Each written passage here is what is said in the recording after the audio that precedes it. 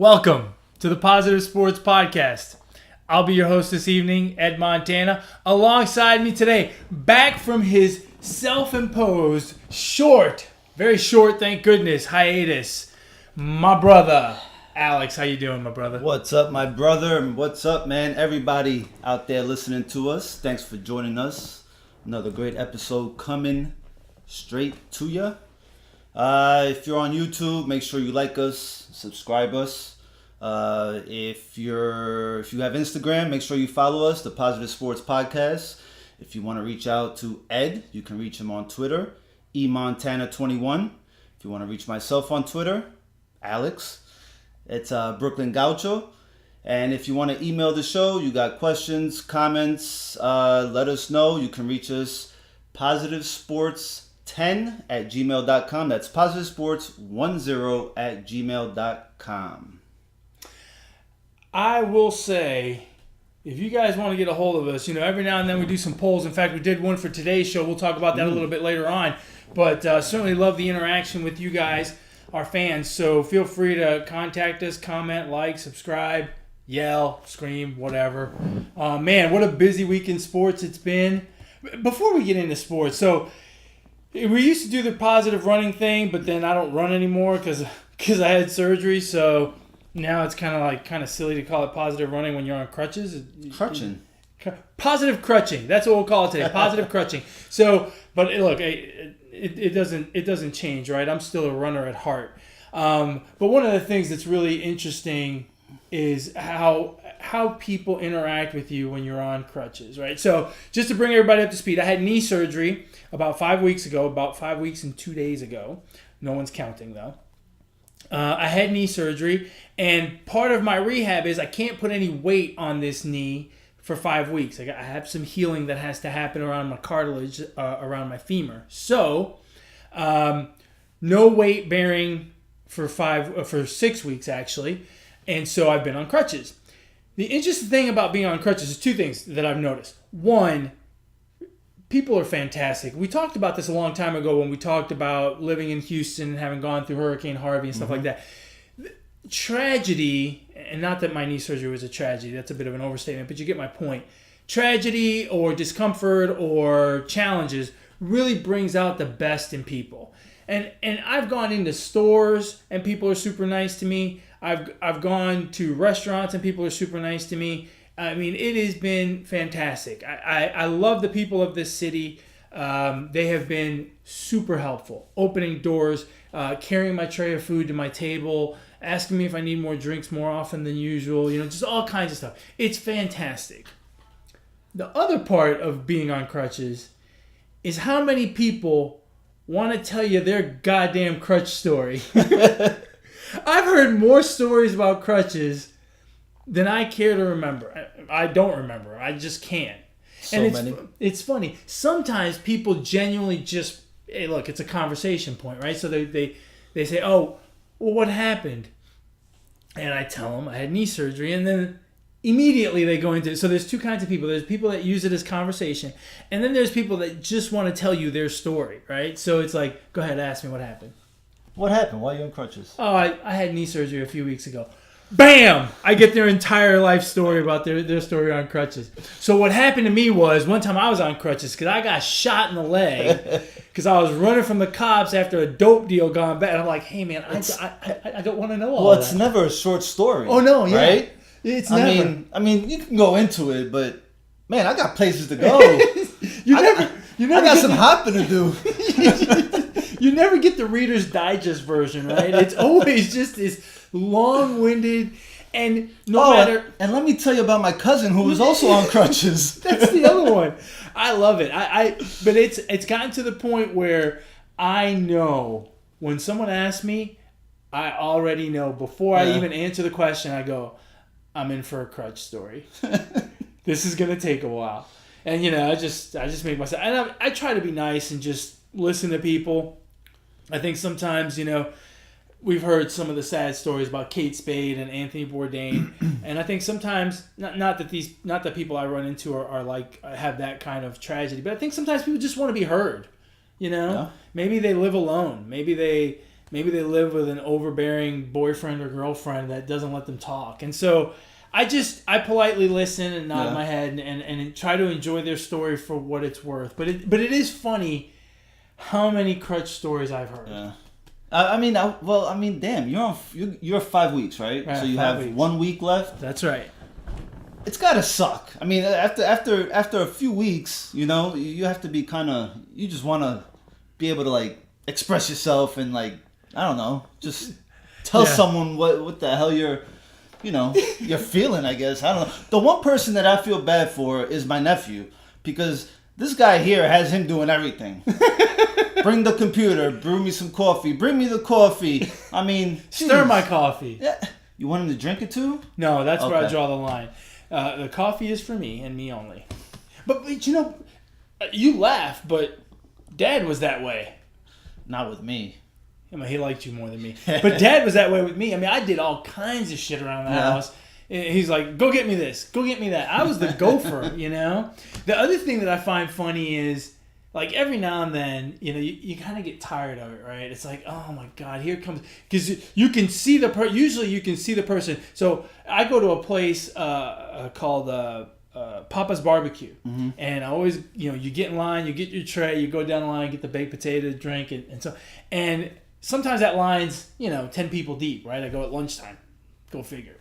And I can just spot a person that sees me and they're like, he's on crutches. I got a story to tell him. And they come walking. Their able-bodied self comes over to me, right? And every now and then, when I see it, when I get that anticipation, I think of all kinds of crazy shit to say. Sometimes I'm standing in line and the guy's looking at me and looking at me and looking at me. And finally he looks down and he goes, so what happened? I always get the urge to look at him and go, what happened to you? Now, do you ever... So, as many times as you've been asked, hey, what happened? Don't you just, one time feel like switching up the story and just lying? Oh, yeah. One time I told the guy I got a cold. I just got a cold. And he goes, really? And I go, no, I'm kidding. I can only carry the joke for so long that I can't keep a straight face. I start laughing. He's like, that's yeah, too you funny. know, I should just come up with some crazy shit, right? Like, they see me, what happened? Oh, I had a root canal. How the hell? Whoa, you ended up on crutches for a root canal? So, yeah, go share that story with your friends. What do you think about that? Must have been serious. That's some serious root canal. Got all the way to your foot. Damn. But, on a positive note, I have a week left. It has gone really well. For those of you that are interested in care, and if you don't care, you're going to have to bear with the next 30 seconds or a minute that I talk about this. But it's gone really well. My range of motion is really good. I should be off crutches on schedule. I won't be running for a while because I still can't handle the impact, the pounding. So I'll be on a bike, on an elliptical. I'll be swimming in a pool and things like that. But I am certainly on the road back. And right now, I have the hardest, most chiseled armpits on the planet. And probably smelly ones, because I'll tell you, man, the rubber thing on those crutches... Smells terrible. ...are disgusting. They can't scent those things? Now, let me ask you. Are you going to... One leg is going to be stronger than the other after 6 weeks. It's... Are you going to, how are you going to balance... Does that matter? I don't know. They have not specifically told me to do, one-legged leg presses, but I'm going to because it's amazing. Within a week, I lost, obviously being a runner, I got some big thighs. I must have lost 3 inches around my thighs in a week. I mean, just like that. And now it looks a lot smaller than the other. Yeah. And so I will do a lot of electrostimulation, which is good for the muscles. I have no idea what that is, but okay. Oh, dude, it's the best. They put these little pads on your thigh and run some electricity in there. Whoa. And it, so you're Just sitting put your there. finger in the socket. No, that's total body, but it runs the electricity into your muscles and they flex by themselves. Wow. So it's like you're watching it and it's just flexing. You're like, I'm not doing anything. This is kind of scary. It's kind of eerie. It is kind of freaky, but it is really good. Yeah. It feels really good. I'm sure it is. So I'll be doing a lot of that. Yeah, I'll be doing stuff for that one leg to, kind of even it out. Yeah. Otherwise, I'll have a freaking pimp walk for the rest of my life.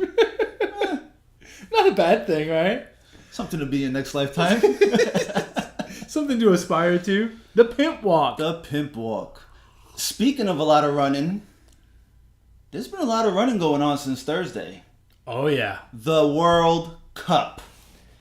Hey, Wow. If you guys have not seen our past episode 21, Ed broke down the World Cup, gave out his predictions. Go check it out on YouTube, Podbean, Google Play, iTunes. It's a pretty good episode. I enjoyed it myself. We would love to hear your predictions, your takes on who you think will win the World Cup. I was looking good on Thursday and Friday, and this weekend just kind of threw everything up in the air. It's, wow, nuts. Yeah, I mean, think about it. Germany lost To Mexico. Yeah, today. Argentina, Spain, and Brazil all tied. Yeah. And I mean, it's right now it's just looking a little wide open, right? Who would have thought that after the first game was played in each group, now there's still a couple of groups that have yet to play, but who would have thought that Spain, Portugal, Argentina, Germany, Brazil, none of those teams would be in first place in their group after the first game? And if you go by tiebreakers, Uruguay's not in first place either. I mean, it's been a bit of a jumbled week. It's only been 4 days, but it has been a hell of a 4 days. So the World Cup, like Alex said, the World Cup kicked off in Russia on Thursday. The ceremony was pretty good. The singer flipped off the camera, I guess. Oh, I missed that. So there's that. I have to go back and watch it. you got a little something there, a little something extra. Opening ceremonies to me are a little boring, but now we're getting a little antagonism. Okay, hey, whatever. And then Russia kicked off the World Cup, the first game, by kicking the shit out of Saudi Arabia 5-0. Yeah, that game, I don't know if Saudi's just that bad or Russia's not that good. But Russia's not that good. I think Saudi's just that bad. Yeah. Plus Russia playing the host, as host the first game. Yeah, I'm sure they were a little more pumped. Right, a little jacked up, but they're not that good of a team. And then we got into Friday, where we saw Uruguay beat Egypt 1-0 on a late goal. Suarez missed like 2 or 3 goals, man. But he didn't bite anybody. Luckily he did not bite. That's a win for him at the World Cup. Or for the other team. Well, yeah, and for the other team. And then we got an instant classic, as ESPN calls it. That Spain-Portugal game lived up to the hype. I told you guys on episode 21, the World Cup preview show, that was going to be far and away the best game of the first round of the group stage. Yep. I am willing to bet we will not see a better game than that one. Just just a back and forth battle of titans. Ronaldo at the end with a free kick that was just unbelievable. I mean, and clutch. I mean, here we are. Here he is. His team's down 3-2. Huh? There's about 5 minutes left in the game, and some of those free kicks he kicks over the wall and puts a spin on it to get it to drop below the crossbar. This one he bent around the wall and down because it had that. I mean, just an incredible shot under the pressure situation. Just amazing. That looked like just 2 heavyweights going at it, didn't it? Awesome. I mean, just haymakers, right? Yeah, that was fantastic. That was great. Back and forth. You guys did not get my predictions, but he predicted a tie, 3-3, of course. But we had I did predict. I predicted 2-2. I sure did, and Ed, he's a witness. You have proof that I took a tie. Now I also have these 2 teams meeting later on in the knockout phase. in the third place game. Oh, okay. I have them meeting in the third place game. We'll have to update everyone with your picks on next week's show because I don't have them with me. But yeah, so in case you're wondering, he did make all of his picks for every single game because my brother and I and my cousin Jay, our notorious cousin Jay, we got to get Jay to visit so he can be a guest on our show because we talk about him way too much. But our cousin Jay, the 3 of us, we're on a group text constantly talking trash to each other. But when it comes to the World Cup, we get together and we do a pool where we pick every single game.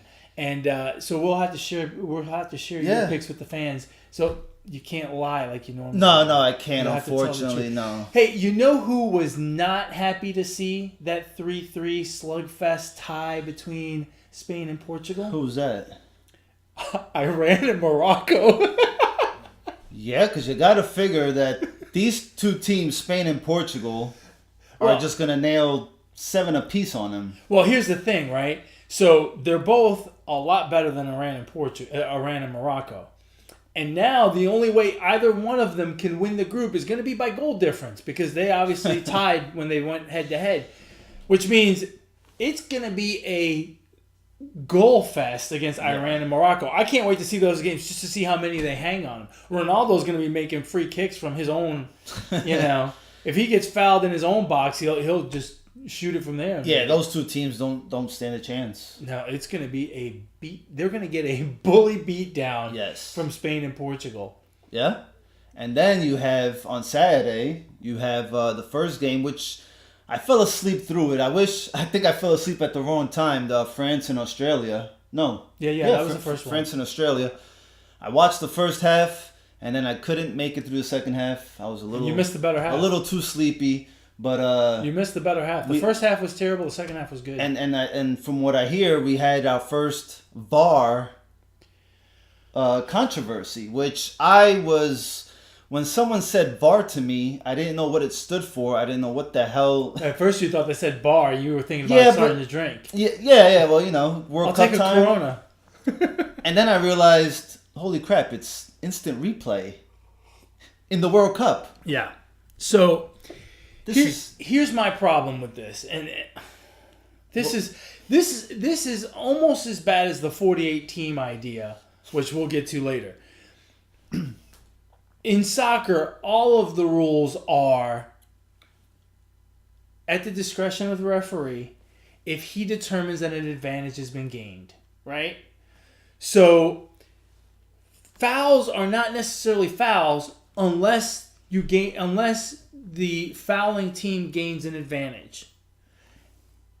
And that's at the discretion and the judgment of the referee. Mm-hmm. And I will say this until the day I die. You cannot judge advantage on video. You've got to see the play happen. You've got to see what the consequence is. Right. At real speed. It's complete bullshit to go back to video replay. I have no problem with video replay for the black and white calls, right? Ball in or out. Boom. Handball. No, because there's judgment there as well. Judgment there as well. Well, you can always replay it at normal speed. But it's not the same. You can't. It's just not the same. Is. No, it's absolutely not. If you run it 30 seconds before, you can get a good read out of what the intentions are. And here's the other thing that's stupid. So what brings it up in the France Australia game is there's a play in the box.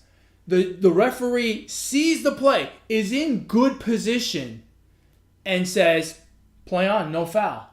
Well, then he gets buzzed in the ear from the VAR people wherever they are. And they make him go review it. He goes to review it. He says, "Oh no, it's a penalty." Completely changes the game. There's two problems with that. If you're in good position and you just saw the play happen, you saw the play happen. Right. That's it. You can't go back. And it was a touch foul. I mean, it was not a very egregious thing. And quite frankly, it's a 50-50 call. He made the judgment initially. Had good position, wasn't obstructed, didn't have his view obstructed, made a good call. I don't understand why do you have to go back to the VAR? And I'll tell you what, some of these referees hate it because you can tell. I don't know if you've noticed, but some plays that happen in the box, these referees are adamant. Mm-hmm. When they're going one way or another, they are adamant. And I think they're telling the players and they're telling the VAR dude, I saw it. I just made the call. Leave me alone. There was one game where there was one of the first games. I want to say it was the Iran-Morocco game where the referee, there was a play in the box, and the referee was like, "No, come on, let's go," waving his arms furiously. And I honestly believe that was to tell the VAR, don't bother me. I saw it. I got it. I think the VAR is a terrible idea. Here's the other thing. Dad and I have talked about this over the years watching soccer. You could call a penalty on every single corner kick and free kick that goes into the box. Yeah. Those guys are grabbing and tugging and pulling on each other constantly. Where's the VAR there? Why is the VAR not going, hey, I saw a foul. Buzz, buzz, buzz. Kind of like with football, right? Every play, the line holding, right? Exactly. It's stupid. And here's another thing with the VAR. This is another problem I have with the VAR. For Portugal, when you've got a guy like Ronaldo taking free kicks, hey man, I want the VAR telling the referee to look at that foul that happened 8 yards outside the box. Because Ronaldo can make that. I don't need to see just the fouls in the box. Yeah. I want the VAR telling him about the foul at midfield, the foul in the corner. Ronaldo can make it from just about anywhere. That's true. So I think the VAR thing is it's a terrible idea. I know they want to get it right. I understand that. I applaud it, which is why I think the eye cam thing, the ball in or out at the goal line, I think that's a fabulous idea.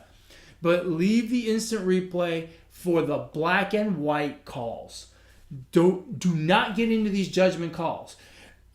My argument is there's a foul on every single corner kick. Get the VAR involved on every single corner kick, and soccer will see goals go through the roof because you'll get 9-8 soccer games. And that's exactly why sports in general should just do away with instant replay. Just do away with it, because now you just open it up for everything to be reviewed.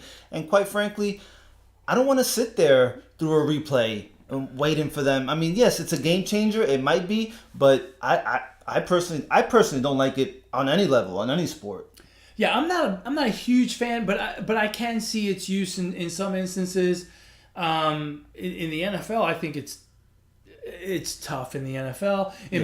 In baseball, I think there's instances where you want to see it. Was the ball foul or fair? Okay, I'm good with that. On the black and white calls, I'm all for instant replay. It's on the judgment calls that I just can't handle it. Yeah, well, yeah, it sucks that a team might get screwed out of a win, especially in the World Cup, where a difference between a tie and a loss is huge, right? That's that 1 point difference could 2 point difference. 2 point difference could make all the. Well, it's the difference between advancing and not advancing, right?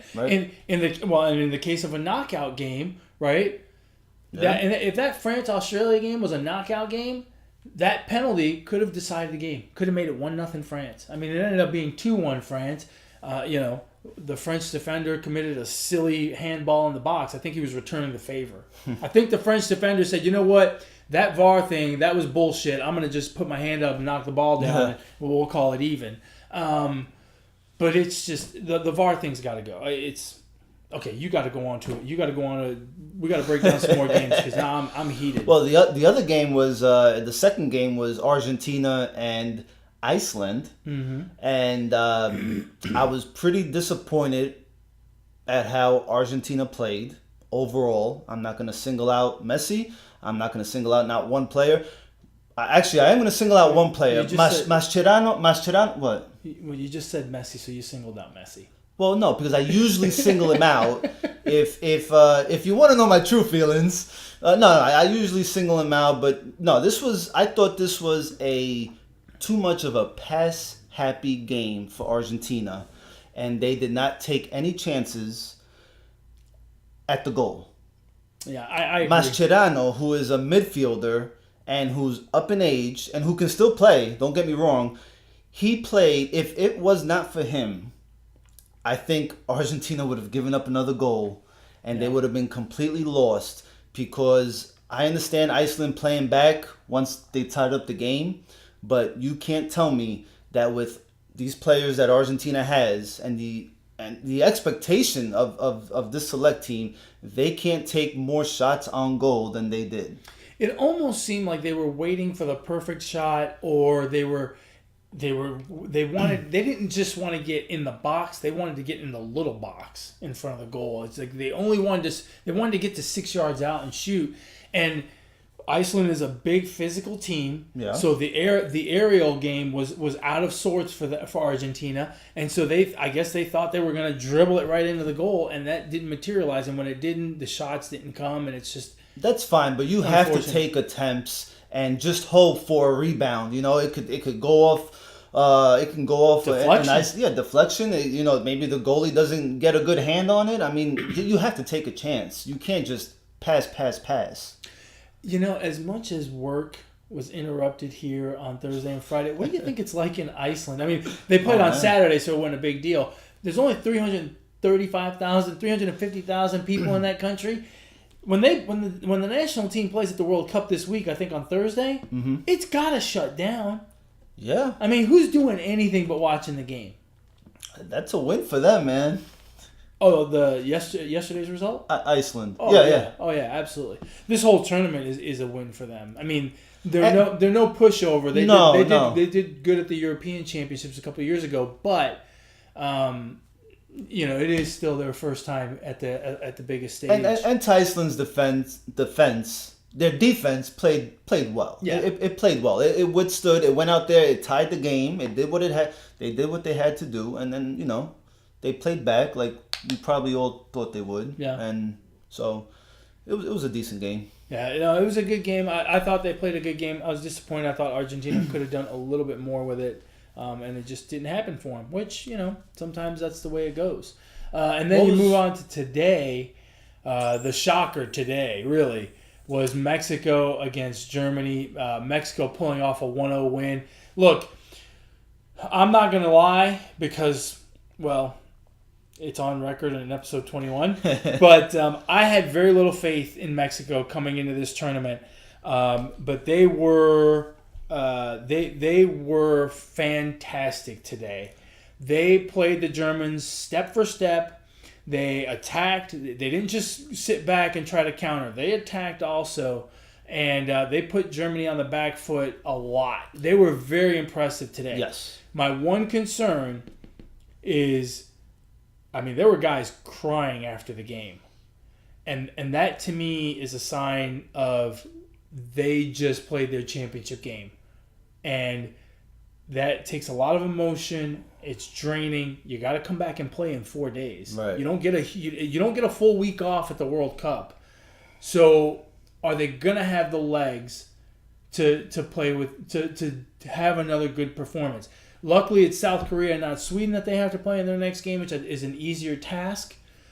But man, I hope they have something in the tank for South Korea. Yeah, this next game against South Korea is probably gonna be telling, right? If they come out and they dominate, or they get a win, and they don't just fold, then yes, this game against Germany was their World Cup final. Yeah. And a thing I noticed, they kept their foot on the pedal. After they scored the one goal, they didn't sit back and defend. They went out there and tried to score again. Germany didn't look that well to me. They didn't look that good. I wasn't convinced. Now, I don't know much about their select team, but they don't have the same players back as they did 4 years ago, did they? No, they've got a lot of the same players. They do. Okay. What was telling, and I don't know that I talked about this a whole lot on the last podcast, but one of the reasons I didn't pick them to go all the way, even though I think they were a very talented team, their friendlies coming into the tournament just kind of weird. They weren't as dominant as they usually are, and they were playing against, some of their friendlies were against teams that are not going to the World Cup. So generally those teams are kind of experimenting with their lineups and players and whatnot, and usually Germany drubs teams like that. They weren't doing that before the tournament, so I was like, man, that's kind of weird. I wonder what's going on. Their goalkeeper today, I thought the goal he gave up, not exactly soft, but I think he was slightly out of position. Neuer is the best goalie in the world, hands down, but he had ankle surgery in, I want to say it was more than a year ago, and he just never quite got right, so it took him a long time. He didn't play this past year in the Bundesliga for Bayern Munich. He was pretty much on, doing rehab the whole time. maybe he's a little rusty. I thought he was a little out of position in the goal today.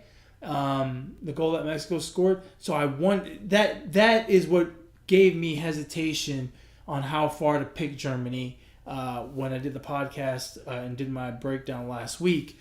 And that's kind of it. Today was kind of telling. Yeah.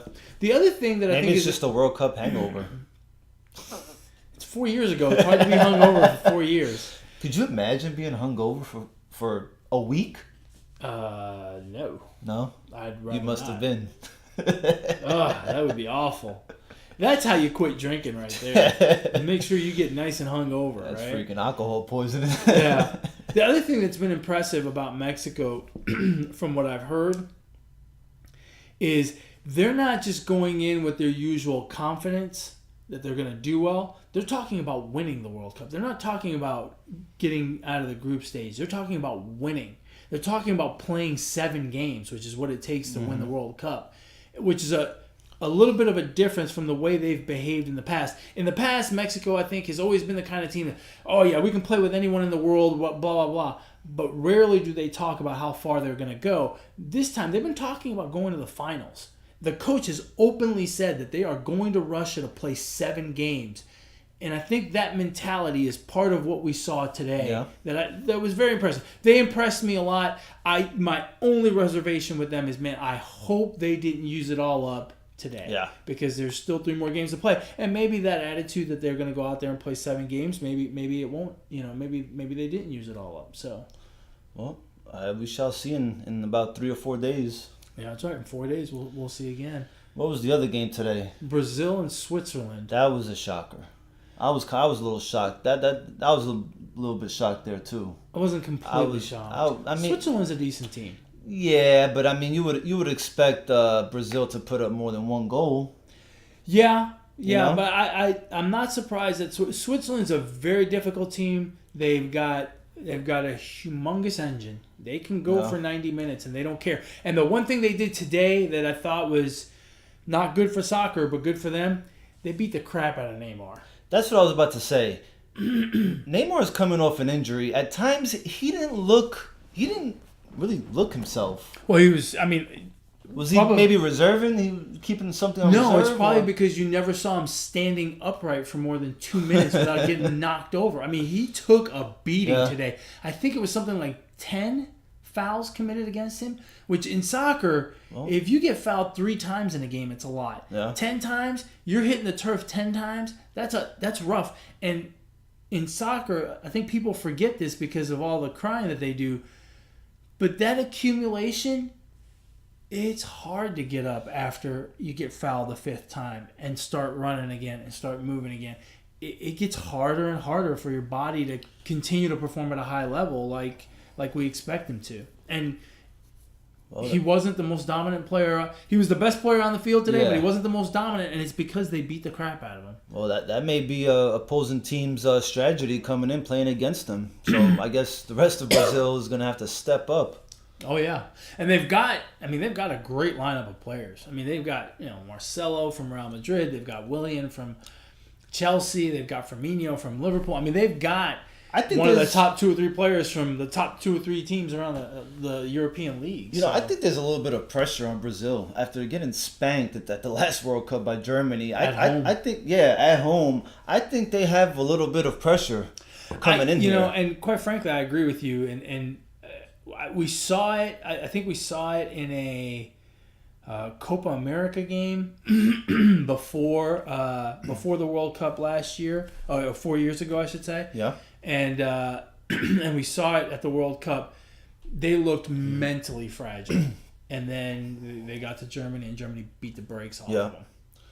I wonder if they've somehow overcome that. They sure better. And today's result doesn't help, but a 1-1 tie in your first game, it's not the end of the world. It's not the end of the world catastrophe. Who else is in that group? I do not know, my brother. Hold on. Oh yeah, Costa Rica and Serbia. So they should be okay. Yeah, they should be okay. Serbia will be tough. Not tough, but Serbia's a decent team. Costa Rica's terrible. Which I picked, by the way, Serbia to beat Costa Rica. Oh, I thought you were going to say you picked Costa Rica. No. Costa Rica is terrible. They were terrible. They were terrible today. That game looked like that game. Look, if the VAR was working that game should have been like 13-12 because those guys were they looked like they were dancing in the penalty box. How that guy didn't call a penalty, I'll never know. But it was just the amount of holding and pushing and shoving in the box was ridiculous. Where was the VAR there? Why wasn't the VAR buzzing the referee on every play? Hey, we got 6 guys doing the hokey pokey over there. That's against the rules. Hey, we got a couple doing the waltz over there. You can't do that. You can't waltz with somebody that doesn't want to waltz. All right, if you guys want to hear Ed vent some more about the VAR, make sure you email the show at positivesports10@gmail.com. Let's not get him too riled up. The VAR? The VAR. Oh my God. The LeVar effect. Oh, that's what it is. Well, it's all making sense to me now. Obviously, LeVar Ball put this in so that he can get some pub, so he can get some run for his big baller brand. He's going to freaking trademark that somehow. You know what he should do? The 3 last letters of my first name. You know what he should do is he should buy advertising time during all of the VAR reviews and have his big baller brand on there. God, that'd be awesome. Anyway, look, we're in for a treat for another 4 weeks.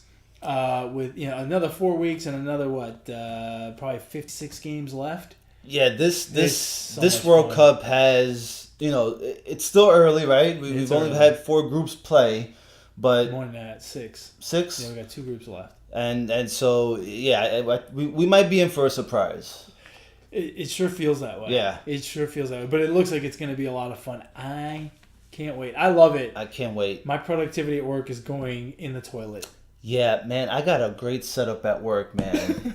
And the times for the games could not be any better, right? Because the first games here in Central Time. Hold on. Have you asked your bosses? Have you gotten your boss's opinion about the time of these games? No. I hope he's not listening. No, but it's so perfect, right? Because the first game starts at what? During the week. It starts at 7. 7? Dude, you get to work at 7. You can watch the first... So look, you watch the first hour of the first game at my discreet location at work, right? And then take your laptop in the bathroom. Yeah, well, so I'm watching it in the lunchroom. So I'm working in the lunchroom with the TV, and so nobody gets to work at 7, right? Most of the office people get to work at 8. So boom, at halftime, I run upstairs to the 3rd floor, and I set myself up, and then whatever, I answer a couple emails, run back down there, catch the last maybe 25 minutes of the second half, and then you got an hour in between the first game and the second game to actually get some work done. That's right. So that's when you go back upstairs. I mean, it's great, and thank God for call forwarding. Oh man, that is like the greatest thing ever invented after 20-30 years of So I mean, the game, the times of the game have just fallen in place for myself. Perfectly. Perfect. I've got I'm a nerd. I've got 3 screens in my office, and normally I use all 3 screens. For the next month, I'm only using 2.5. Hey, because I got half the screen with the Fox broadcast on there. I'm all in. Years and years ago, before I had multiple screens at this one job, and they didn't stream games or whatever, I'd go into the break room, the conference room, and put the TV on. And of course, all you could get was local channels. Well, the World Cup was on ESPN back then. One of the advantages of being bilingual, I'd watch that shit on Telemundo. It was awesome. I had my laptop in there, and I'd have it playing in the background, and I understood everything, and it was, it was perfect. It was absolutely perfect. That was the best setup I ever had. Yeah, but this one's not bad with 3 screens, and I've got it on my screen all the time. I'm digging it. What's it called? So we put out a poll. Mm-hmm. It's an NBA poll. Now the NBA season's over, and my prediction was completely wrong. What was your prediction? My prediction was the Cleveland Cavaliers in 7. So that was. I almost think that J.R. Smith gaffing that first game. I mean, look, the Warriors were going to win anyway, but you might have gotten a little closer. But probably not. No. So the season's over, but I believe the debate is hot. We put out a poll. If you have not checked out the poll, go look up on Instagram at the Positive Sports Podcast. Reply back to it. The question of the poll is, who is the best NBA player without an NBA ring? There are so many good players, great players actually. Heck, Hall of Fame players. Yeah. I mean, who's the best player? Well, the first one that comes to mind is obviously Charles Barkley, but that's because he's on TV all the time and you just can't help but know that one. But, you got Charles Barkley, you got Patrick Ewing, you got Allen Iverson, you got Karl Malone and John Stockton. Who else? Elgin Baylor, if you want to go a little further back. I never watched him play, but I mean, the guy was a dominant big man. Yeah, dominant big man. Gary Payton. Gary Payton's another good one. Obviously, with Gary Payton, you get Sean Kemp. And his 7 kids. Yeah. Man, that's a tough one. Who else? If I had to pick, it'd be between... Did you say Patrick Ewing? If I had to pick, it'd be between Patrick Ewing and Charles Barkley. Really? Yeah. Although, geez, Iverson's tough to... I mean, Iverson was such a beast back in the day. Without a doubt, in my mind, the best NBA player without a ring is Allen Iverson. Really? Think about the era that he played in. He played in the big man's era. He played in an era that was dominated by centers. Yeah. He played on a team that I bet you Philadelphia 76ers fans probably can't name them all. His teammates. Yeah. I mean, he single-handedly... Talk about being the team. He carried that Sixers team. Yeah, no, absolutely. He did. But you're talking about the best player to have never won. And dude, he's been MVP. But my point is, whether he played in an era that was conducive to his style of play or not doesn't define how great of a player he was. You've got someone like Charles. Name someone who played with Charles Barkley. What, on his team? On the Sixers. Clarence Weatherspoon. That's a lie. Dr. J, didn't he play with Dr. J? I think for like one season, but Dr. J was just done and dusted by that point. Malone, he played with Moses Malone. No, I don't think so. Post Malone? Not with Post Malone either. I mean, Charles Barkley played with nobody. I guess he played with on the Suns. He had a nice little squad. Jeff Hornacek? No, he had Dan Marley, Kevin Johnson. Thunder Dan Marley. Dan Marley, the same guy that when they broke the rumor that he was going to be traded, broke down and started crying in his hotel room, wouldn't come out for 3 days? Come on, man. They went to the finals. It's not Jordan's fault. No, so did Allen Iverson, but I mean... Yeah, without a doubt, Allen Iverson. I mean, you have to give him that. Just for being that little and having such a freaking lion heart. He was a baller, that guy. Dude, I mean, I bet you now it took him 60 shots to get 30 points, but still. I bet you that guy could still go to the playground and ball. Yeah. I bet you he does. He probably. I don't know, man. Maybe not to. I mean, yeah, against you, he probably could. Well, only because I'm on crutches. Oh, well, yeah, that's true. And, but I could mess him up because he would say to me, "What happened?" And I'd be like, "Go right around him and dunk." Well, I'm gonna get his people on the phone, and when you're fully recovered, maybe we can get his people to talk to my people, and we'll figure it out. And Patrick Ewing's another one. I mean, he just ran into that buzzsaw that was the Bulls every year. Yeah. I mean, that was rough, but he did have more help, right? He had John Starks, he had Oakley and Mason, and they had a little bit more. Greg Anthony, they had a little bit more. Yes, I think maybe not without a doubt, but I think Allen I think Iverson. I think it's between Barkley and Iverson. Barkley and Iverson. And then you can't put Malone and Stockton in that conversation because, well, they had each other. Yeah. Right? They had two parts of a big three. They could just never get a big three. And they had 2 chances to win. They Right? went for their big three. They got Byron Russell or Brian Russell or whatever his name is. I think Russell it's Bryan. Byron. Don't call me Brian Russell. Something like that. Does anyone know for sure what that guy's name was? I don't know. I wonder if he even does. I don't know. Well, they had 2 chances to win the NBA Finals. Yeah, no, so- they did, but I think that's why they would lose votes, right? Yeah. Because people would say, "Well, yeah, but Karl Malone had, half the people would vote for Karl Malone, half the people would vote for John Stockton." Yeah. So, So who's your pick? I'm still gonna go Barkley. You gonna go Barkley? Yeah, I mean when you think about players that were dominant, I mean just dominant. He was top 5 in the league for a long time. I mean, that's tough. That's a tough call. Iverson, you knew what you were getting every night. You were gonna get 30 points and just hustle. He just hustled, man. How did that guy play as long as he did? I don't know. Because he took a beating. He sure did. He was like Neymar today. Well, that's why I give him the edge, man. I mean, he wasn't afraid to go inside against these big men, against these power forwards and these centers. Yeah, but that doesn't make him the greatest player, right? Because he was willing. Well, but look, I think that part of being a great player is making those around you better. And by the way, you can't get your 30 points by taking 40 shots. That's not great.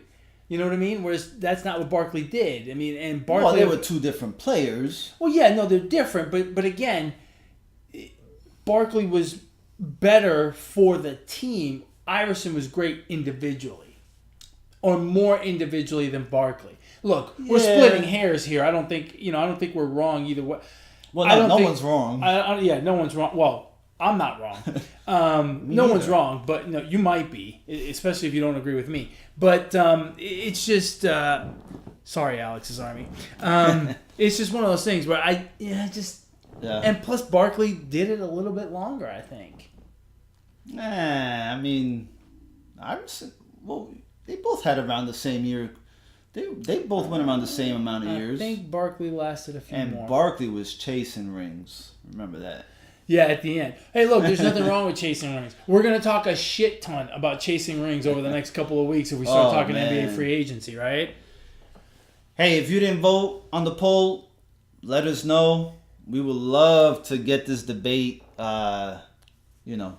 Settled? settled. I don't think it'll ever be We'll settled. never get it settled. But we would love to hear what you think. That's right. Speaking of NBA free agency, make your pick now. All right, we got 2 weeks till the end of the month. Where will LeBron be next year? Oh, man. LeBron James Yes. will be playing. I think... Hey man, this isn't the fucking ESPN special for 30 minutes. Just give me your damn pick. I have no clue, man. I don't know. It's a hard one. Look, either he stays in Cleveland Or he doesn't. It's as simple as that, fellas. No, look. This is why you never get anything wrong. You gotta think. You gotta think before you answer questions, people. Hey, you can't just be any Joe Schmo and be the host of a podcast, That's all right? right. You gotta have a little here between the ears. I don't think there's any way on this earth that he stays with Cleveland just because of ownership. I think that he jets out of Cleveland one more time and he ends up with the Lakers. I think Magic Johnson will do whatever he has to do to get LeBron James and the few others to the Lakers. Yeah, Plus, he's been dropping hints during the season, early in the season, and we probably forgot about it. But he's been dropping hints about stuff in Los Angeles, having a house and stuff like that, All-Star Weekend. I think he ends up there. Magic Johnson is going to get this guy to the Lakers, and he's not coming by himself. I just don't. My problem with that scenario is I don't think LeBron wants to go somewhere and rebuild with guys that are not top notch. Remember, the first time he left Cleveland, he went down to Miami with two guys that were top 10 players in the league. Well, Dwayne Wade was top 10 player in the league at that point. Chris Bosh probably top 20. Yeah. The Lakers don't have anything to draw LeBron there. So LeBron's, not only does Magic have to convince LeBron, but then he and LeBron have to get two other people to come over. I think that's too much. And I think that's going to cause LeBron to go, I don't want to do that. I think San Antonio is a very real possibility. His affinity for Greg Popovich is ginormous. He loves the guy. Yep. Loves him like a dad. I don't know. That looks like a pretty good landing spot. And to be the Pied Piper in Philadelphia, that looks like a pretty sweet deal too for him. He's got a lot of young, talented pieces there that could very well become top 10 players. So I think that's a very real possibility. I don't see why he wouldn't go to Atlanta. I don't know why either, man. I mean, Atlanta has a great sports town, and I don't know what else they're known for, but isn't it the Peach State? The Peach State. They got lots of peaches. I was just dying to see what your reaction was going to be to that. No, he has no interest in Atlanta, but so that personally. You know what? There's a part of me that would like to see him go to Boston. Here's the other thing about going to here's the other problem with going to the Lakers, and this is the same problem with going to San Antonio or Houston, which has also been talked about. He's got to deal with the Warriors, and I think he doesn't want to. I think he would rather stay in the East because I think he would rather not deal with the Warriors until he absolutely has to. He's got to be tired of seeing those guys. Right. It doesn't matter where you think LeBron's going to go. Well, it doesn't matter where I think LeBron's going to go. It doesn't matter where anybody thinks LeBron's going to go. Wherever he goes and whoever he brings along with him are not going to beat the Warriors at the end of the day. I disagree with that. But, come on, bro. But Houston? Let me tell you something. If he goes to the Lakers are going to get Chris Paul. You heard it here first. But look, if he goes to the Lakers or any Western Conference team, I think he almost has to go to the Western Conference. If he stays in the East, I don't think he's going to win an NBA final. He's got to find a way to face the Warriors some more and knock them off. And that's just what I think. I don't know. That's a. But again, my problem with the Lakers is he's got to get two more guys. Well, wherever he goes, he has to get two more guys. Well, not really, right? Because if he goes, because if he went to someplace like Boston, right, he's got pieces already there. If he goes to the Rockets, he's already got pieces there. You got to look at it like this: where can he? Look, I'm just not convinced that wherever he goes, they're gonna win and they're gonna beat the Warriors because he's done it before. The first year with the Heat, they didn't beat the Mavericks. Right. The first year with the Cavs, they didn't beat the Warriors. Because it takes about a year or more to gel and find a way to play with each other. No, I agree with that, but you also can't deny that wherever he goes, more likely than not, I mean, unless the team just gets him and does nothing else, but wherever he goes, they instantly become one of the favorites in their conference to make it to the finals. No. I mean, because the guy's always in the finals. Except if he's in the West. Well, he's never been in the West, but for the last 9 years, he's been in the finals. That's just how he rolls. So you think he'll take the easy way out and stay in the East, stay with the Cavs? I think there's a possibility. I don't know about the Cavs, just because there's so much work to do with the Cavs. Yeah. There's so much work to do with the Cavs.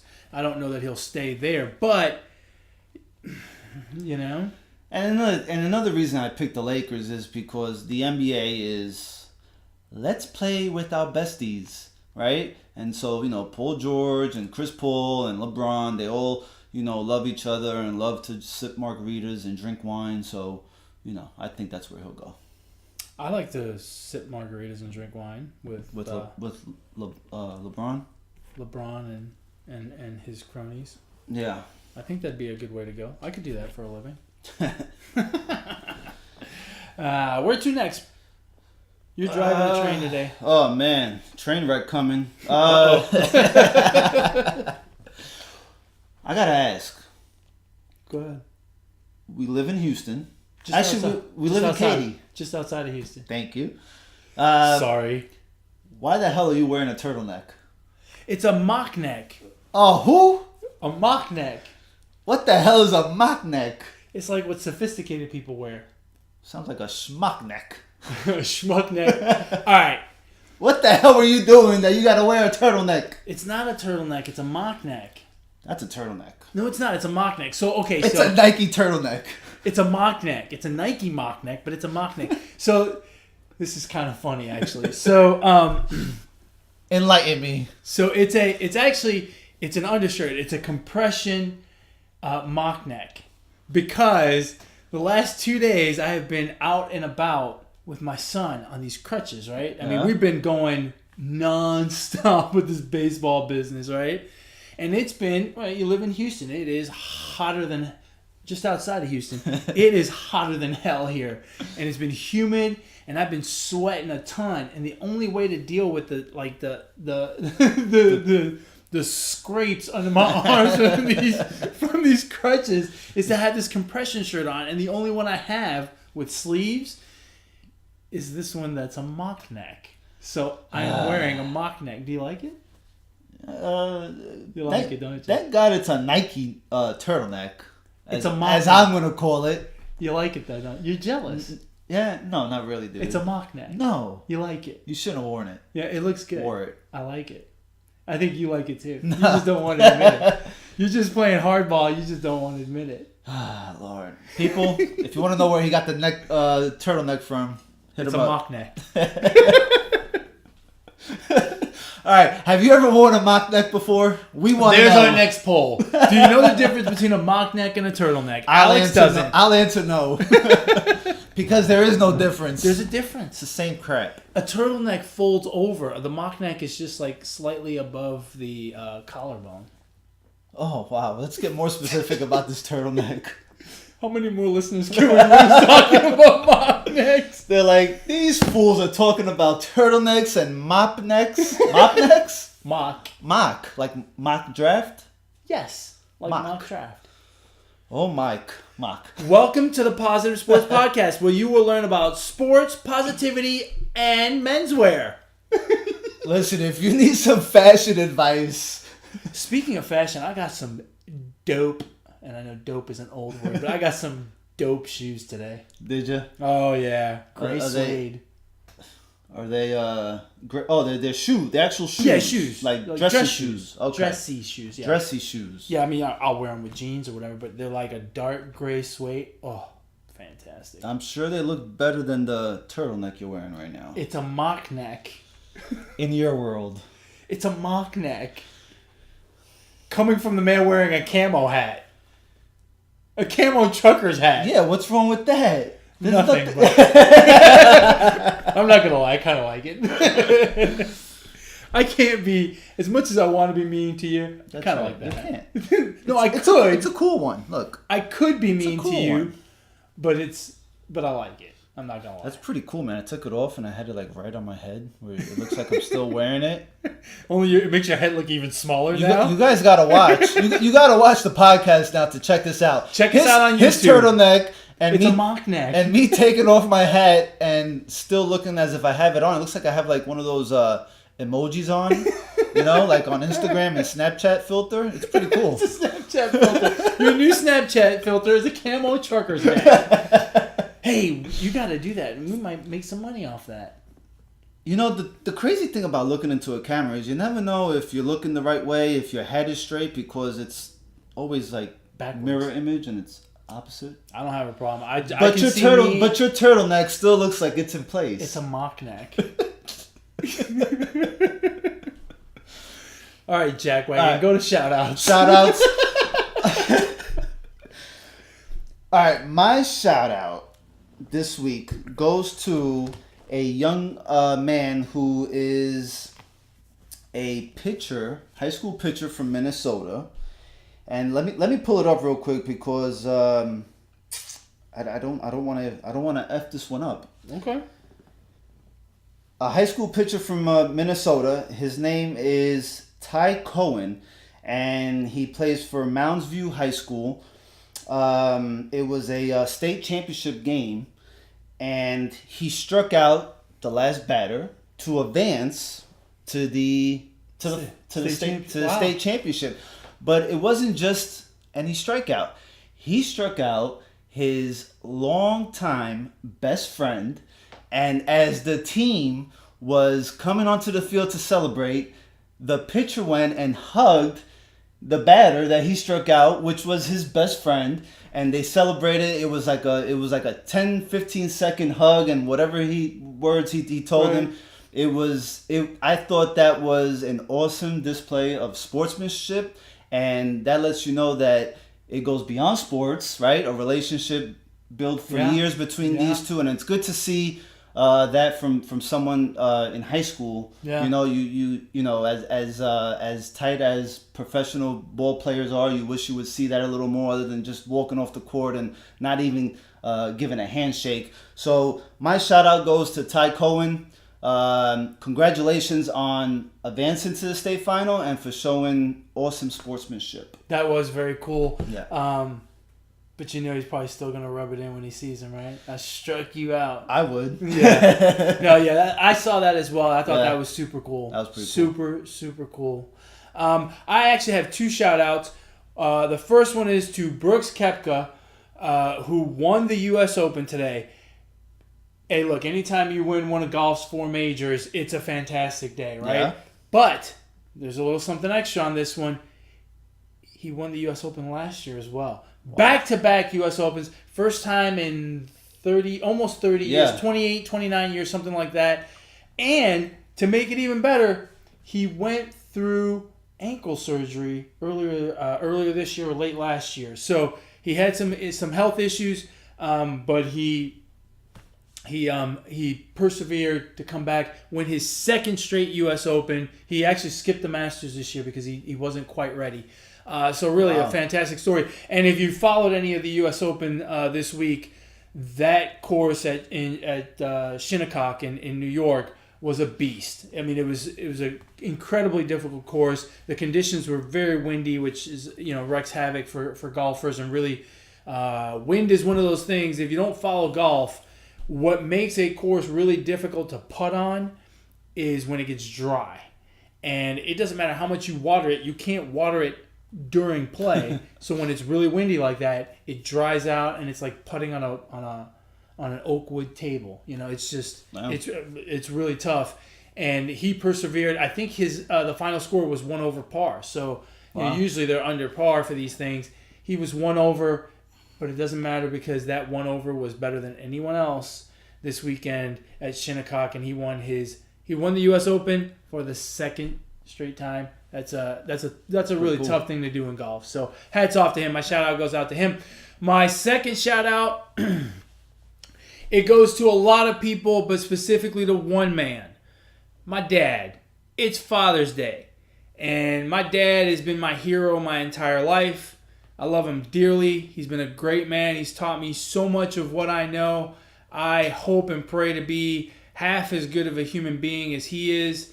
Dad, shout out to you. I love you. You're the best. Aside from making this guy, I think you did an awesome job here. Just kidding. But just my dad means the world to me, and I'm so blessed to have had him in my life for all these years, and to continue to have him here every day.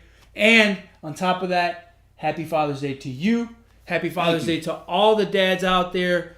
It is an invaluable job that you all do for your kids. So hats off to you today. I hope that you had a wonderful day.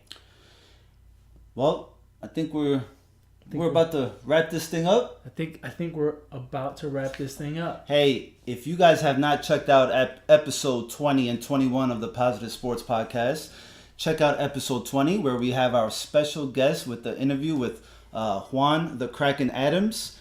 If you haven't checked out episode 21, you can make sure you check it out. Ed's preview of the World Cup final.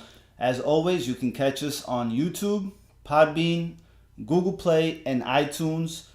Subscribe, like. We want to hear some comments. We want to share your thoughts on our podcast. We want to hear your thoughts. Let us know what you guys think. Let us know what you guys have to say. We would love to hear from you.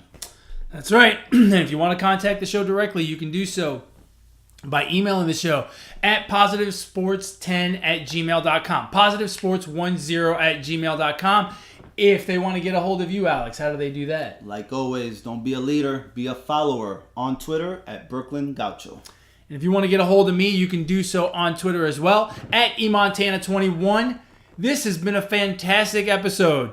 We really appreciate your time. Hope you've enjoyed spending the last hour with us. And as always, folks, ignore the negativity.